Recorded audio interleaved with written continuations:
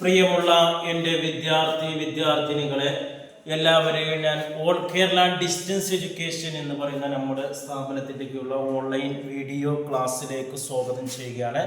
ഇന്ന് ഞാൻ നിങ്ങൾക്ക് മുമ്പിൽ പ്രസൻറ്റ് ചെയ്യുന്നത് NS +2 സോഷ്യോളജിയുടെ ന്യൂ സിലബസ് അനുസരിച്ചുള്ള ക്ലാസ്സാണ്. 19ാമത്തെ ചാപ്റ്ററാണ് socialisation as a process of learning. സാമൂഹികവൽക്കരണം ഒരു പഠന പ്രക്രിയ എന്ന നിലയിൽ എന്ന് പറയുന്ന ഒരു അധ്യായമാണ് നിങ്ങളുടെ മുമ്പിൽ അവതരിപ്പിക്കുന്നത്. എൻ്റെ ക്ലാസ് കേൾക്കുന്ന എല്ലാവരും ലൈക്ക് ചെയ്യുക, ഷെയർ ചെയ്യുക, കമൻറ്റ് ചെയ്യുക, സബ്സ്ക്രൈബ് ചെയ്യുക. നമുക്കറിയാം 2024 അവിടുന്ന് അങ്ങോട്ടുള്ള വർഷങ്ങളിലും പരീക്ഷ എഴുതുന്ന വിദ്യാർത്ഥികളുടെ സിലബസ് അപ്ഡേഷൻ ഉണ്ട്. അവർ മൊത്തം ചാപ്റ്റേഴ്സിൻ്റെ 60% മാത്രം പഠിച്ചാൽ മതി. ബാക്കി വരുന്ന 40% പബ്ലിക് എക്സാമിൽ നിന്ന് ഒഴിവാക്കിയിട്ടുണ്ട്. അത് അസൈൻമെൻറ്റ് ചാപ്റ്ററാണ്. ഈ 60%ൽപ്പെട്ട ചാപ്റ്റേഴ്സിൻ്റെ ക്ലാസ്സുകൾ മാത്രമാണ് നമ്മൾ അവതരിപ്പിക്കുന്നത്. അത് തന്നെ 2 പാർട്ടായിട്ട് അവതരിപ്പിക്കുന്നുണ്ട്. സാധാരണ 2 മാർക്കും 3 മാർക്കും 4 മാർക്കും 5 മാർക്കിൻ്റെയൊക്കെ ക്വസ്റ്റ്യൻസ് ഒരു വീഡിയോയിലും, അതേപോലെ തന്നെ ക്വസ്റ്റ്യൻ പേപ്പറിൻ്റെ ആദ്യ പാർട്ട് കാണുന്ന 1 മാർക്കിൻ്റെ MCQ ക്വസ്റ്റ്യൻസ് വേറൊരു വീഡിയോയിലാണ് അവതരിപ്പിക്കുന്നത്. ഇന്ന് നമ്മൾ ഈ 2 മാർക്കിൻ്റെ 3 മാർക്കിൻ്റെ 5 മാർക്കിൻ്റെ ക്വസ്റ്റ്യൻസ് ഗൈഡ് ബേസിലാണ് അവതരിപ്പിക്കുന്നത്. ഗൈഡ് ആവശ്യമുള്ളവർ കോൺടാക്ട് ചെയ്യുക. എക്സാമിന് ക്വസ്റ്റ്യൻസ് ഇംഗ്ലീഷിലാണ് വരുന്നത്. മലയാളത്തിൽ പരീക്ഷ എഴുതുന്നവർക്കും ഇംഗ്ലീഷിൽ പരീക്ഷ എഴുതുന്നവർക്കും ക്വസ്റ്റ്യൻസ് ഇംഗ്ലീഷിലാണ്.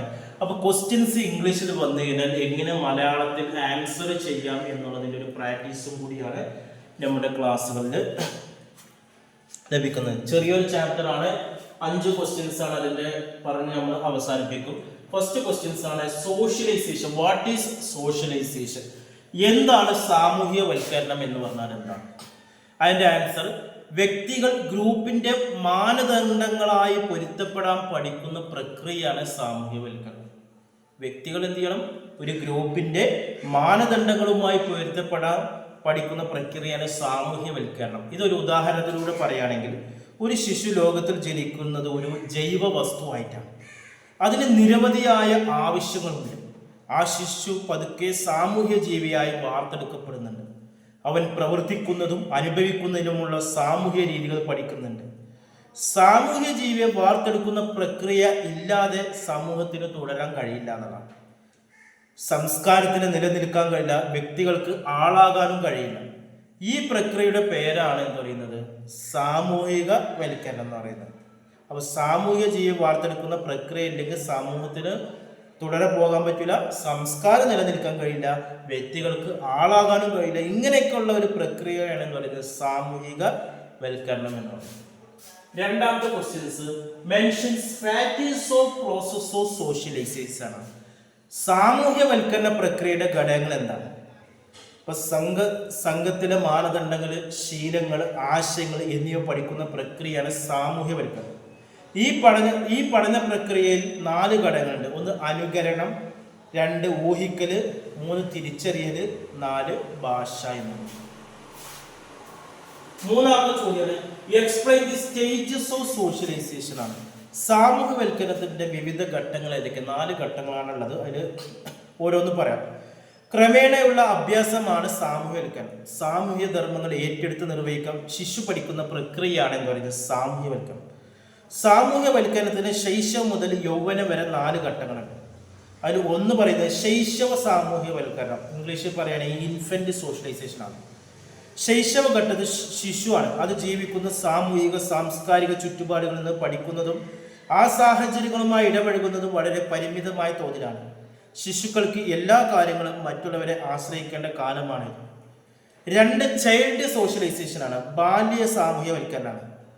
അയൽപക്കക്കാരുമായി ഇടപെടാൻ തുടങ്ങുന്നതോടുകൂടി കുട്ടി സുഹൃത്തുക്കളെ സമ്പാദിക്കാൻ തുടങ്ങുന്നു. സ്കൂളിൽ അവൻ മറ്റു കുട്ടികളുമായി അധ്യാപകരുമായി ഇടപെടുന്ന ഘട്ടമാണിത്. ഇത് 3 വയസ്സ് മുതൽ 13 വയസ്സ് വരെയാണ് ബാല്യ സാമൂഹ്യവൽക്കരണം എന്നത്.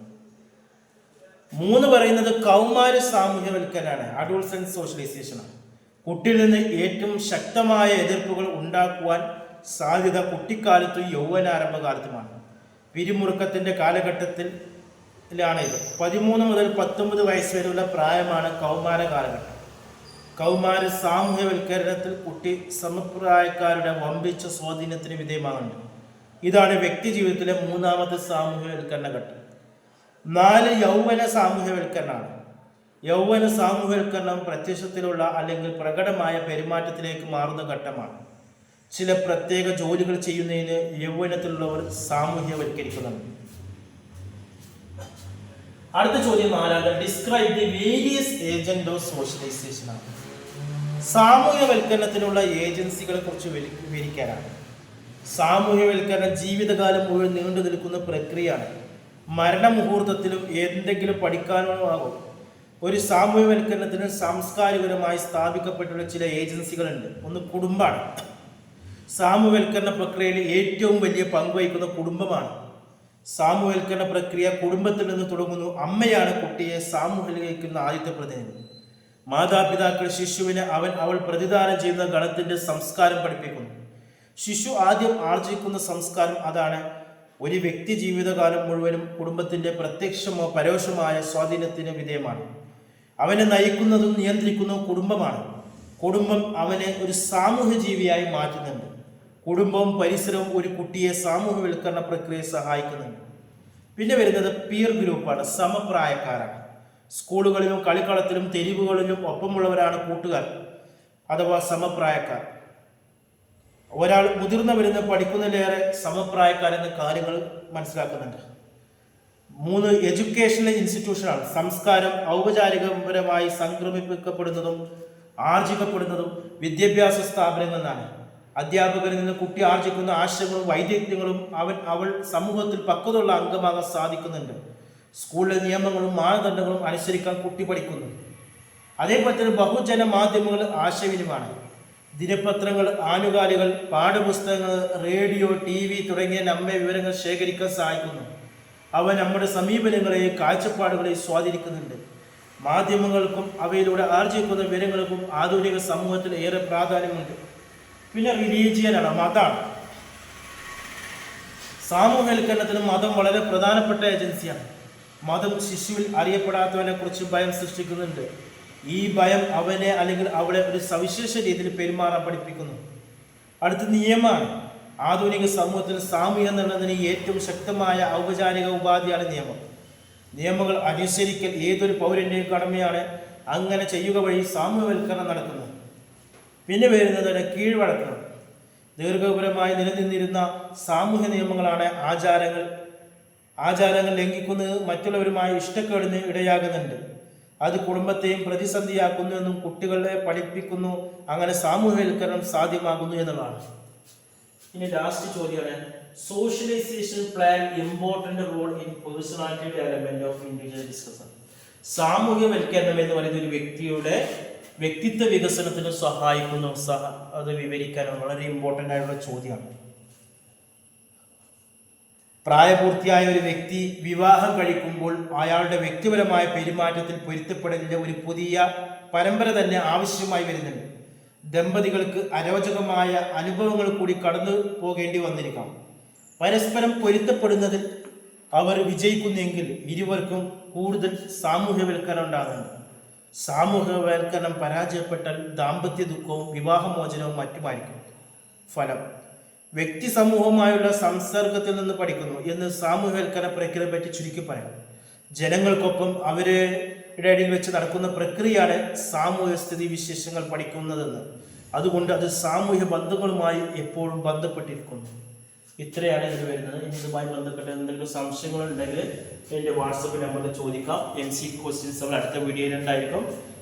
വിവിധ വിഷയങ്ങളുടെ ക്ലാസ്സുകൾക്കും ഗൈഡുകൾക്കും അഡ്മിഷൻ NS SSLC +2 1 മാസം കൊണ്ട് 2 മാസം കൊണ്ട് 3 മാസം കൊണ്ട് 6 മാസം കൊണ്ട് നിങ്ങളുടെ ജില്ലയിൽ പരീക്ഷ എന്നുള്ള രീതിയിൽ നമ്മൾ അറേഞ്ച് ചെയ്യുന്നുണ്ട്. ആഴ്ചയിൽ 6 ദിവസത്തെ ഓൺലൈൻ ക്ലാസ് ഉണ്ടായിരിക്കും. നിങ്ങളുടെ ജോലിക്ക് തടസ്സമില്ലാത്ത രീതിയിൽ ക്ലാസ്സുകൾ നൽകും. ഇന്ത്യയിലെ മുഴുവൻ സ്റ്റേറ്റുകളിലും നമ്മൾ അഡ്മിഷൻ നൽകുന്നുണ്ട്.